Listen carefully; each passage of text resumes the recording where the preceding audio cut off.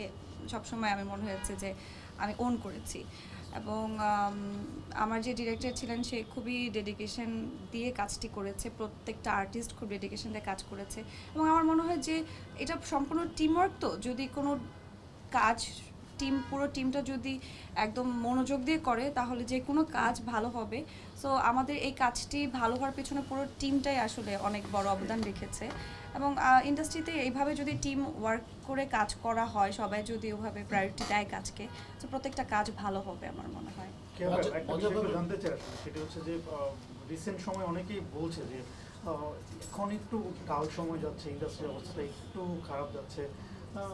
আপনি কি মনে করেন আসলে এরকম কিছু? আসলে হয় কি, এখন তো ওরকম কোনো সিজন না আসলে, সামনে যেহেতু ঈদ আসবে এবং দুইটা ঈদই সামনে, এখনো বলা যাচ্ছে না। এখন যেভাবে কাজ করছি, অনেক কাজ করেছি যে কাজগুলো এখনো অন ইয়ার হয়নি, তো অন ইয়ার হলে বোঝা যাবে আসলে সারাটা কেমন। বাট আমি তো আসলে মেহেরিন নিয়ে আছি, সো আমি এখনো বুঝতে পারছি না, বাট একটু কম আসলে আগের তুলনায় কিছুটা, হ্যাঁ এটা সত্যি। আচ্ছা, সবাই মেহেরিনকে হানি আমিনের সাথে তুলনা করছে এবং আপনিও প্রেস মিটে বলছিলেন যে আপনার গালে টোল পরে দেখে আপনি এখানে কাজ করতে পেরেছেন, এই ব্যাপারে আমি জানি না ভাই, এই প্রশ্নের উত্তর আমি অলরেডি দিয়েছি, এটা নিয়ে আমি কি বলবো, বলা হয়েছে অলরেডি।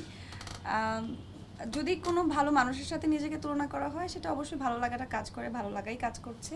কিন্তু আমি আসলে পর্দায় মেহেরিন, বাস্তবে খেয়া পায়, তো এইভাবেই আসলে নিজেকে ভাবতে ভালো লাগে। এবং আমার চোখে প্রত্যেকটা মানুষ সুন্দর, মানুষের সৌন্দর্যতা দিয়ে মানুষকে আসলে আমার মনে হয় আইডেন্টি করার থেকে ভালো তার বিহেভিয়ার দিয়ে বেটার। পালাবু, চৈত্রের প্রয়োজনে অনেকবার বউ সেজেছেন, আবার শীতের সিজনটা আসলে ওয়েডিং এর জন্য অনেকবার বউ সাজা হয়। আসলে ফিলিং বউ ফিলিং বউ আসলে বউ সাজবে বউ সাজতে কেমন লাগে আসলে কি আপনার? বউ সাজা তো অনেকবার হয়েছে, আর তার মধ্যে দিয়েছি একটা মেকওভার এন্ড সেলুন। যেহেতু মেকওভার, তার মানে অনেক ধরনের মেকওভার ট্রাইও করা হচ্ছে আসলে আমার নিজের স্যালুন থেকে। তো ফিলিং বউ প্রায় ফিল হয়, বাট অরিজিনালি দেখা যাক না কবে হয়। কি বলবো সেটাই না, অনেকের তো একটা অ্যাম্বিশন থাকে, টার্গেট থাকে, মানে আপনার টার্গেট কত সালের মধ্যে? 27 সালে ইনশাআল্লাহ। 27 সালে মুকিব ভাইয়ের টার্গেট 27 সালে। কি ভাই বলে এবং সেই পায়ের প্রথম যে মেয়েটা হবে, মেয়েটার নাম হবে মেহেরিন।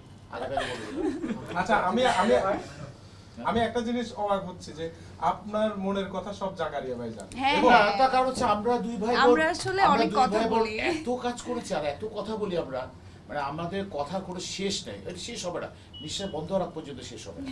কারণ আমি পায়েল এসে এত কাজ, বিশেষ করে প্যান্ডামিকের সময় পায়েল আমাকে এত সাপোর্ট দিয়েছে। আমরা ওই সময় অনেক সাথে কাজ করেছি। আমি পায়েল, মুশফিকাল ফারহান কত যে কাজ করেছি, এত রিস্ক নিয়ে কাজ করেছি। পায়েলের সাথে আমার অসংখ্য স্মৃতি। আচ্ছা, যখন বলা হলো যে হানিয়া আমিরের সাথে পায়লাপুকে কম্পেয়ার করা হয়, তুলনা করা হয়, তখন আপনি মুখের দিকে, গালের দিকে তাকিয়েছিলেন। আমি কখনো পায়েলকে একদম স্পষ্ট করে এইভাবে তাকাই না, তো যে কারণে পায়েল আসলে কি দাগটা আছে কিনা দেখে নিলাম। আর পায়েলকে আমি আছে না, ও আরেকজন দেখে তো। পায়লাপ কি কোটিপতি? আমাকে জিজ্ঞেস করেছে আমি কোটিপতি কিনা। না, আমি আসলে আপনি ঘরের কথাও জানেন, মনের কথাও। আমাদের এত কথা শেষ নেই। সম্প্রতি কোটিপতি নিয়ে পায়লাপু খুব সোশ্যাল মিডিয়াতে একের পর এক পোস্ট যাচ্ছে, তো সে জায়গাতে ভাবলাম যে আমার একটা নতুন নাটক আসবে, সেটা কোটিপতি। তো এটা আমি কোটিপতি কিনা সেটা জানার জন্য আমার নাটকটা দেখতে হবে। আচ্ছা, অনেক মানে অনেক প্রশ্ন হলো, অনেক প্রসঙ্গ আসলে একটু ভারী কিছু একটু জানতে চাই আসলে। ও মাই গড, পায়েল যেহেতু আমি তো ভেবেছি এখন সিনিয়র হচ্ছে, এখন একটু ভারী কথা বলতেই পারে। হ্যাঁ, সেটি হচ্ছে রিসেন্ট টাইমে আমরা দেখছি যে আমাদের দেশের নানা ধরনের ক্রাইসিস দেখা যাচ্ছে। সেক্ষেত্রে যদি খুব স্পেসিফিকলি বলি তাহলে হচ্ছে রিসেন্ট উদীচী কিংবা শিল্প সংস্কৃতির উপরে এক কথা নানা রকমের বাধা আসতেছে। সো অ্যাজ এ আর্টিস্ট আসলে আপনি আসলে কিভাবে দেখছেন বিষয়গুলো? এটা নিয়ে অলরেডি আমি কথা বলেছি আমার শুটিং সেটে, এটা নিয়ে অলরেডি এক ধরনের কথা বলা হয়েছে। তো আমার নতুন করে বলার কিছু নেই, বাট চাবো যে যেখানে কাজ করি ওই জায়গাটা সুষ্ঠু, পরিচ্ছন্ন এবং প্রত্যেকটা মানুষ যাতে মন দিয়ে কাজ করে, কাজটাকে যাতে কাজ মনে করে, এবং জায়গাটা যাতে পরিচ্ছন্ন থাকে। কোনো কারণে কি শঙ্কিত বাইরে বিশেষ করে অলরেডি outdoor আমি shooting এর বলেছি ক্ষেত্রে ভাইয়া, কি- আমি এটা নিয়ে অলরেডি কথা বলেছি। আচ্ছা, নতুন বছরের পরিকল্পনা শুরু। 2025টা কেমন গেল? ভাই এখন 2026 ভার হয়ে গেছে পুরা। আচ্ছা কি বললেন? মানে 25টা 25টা কেমন গেল?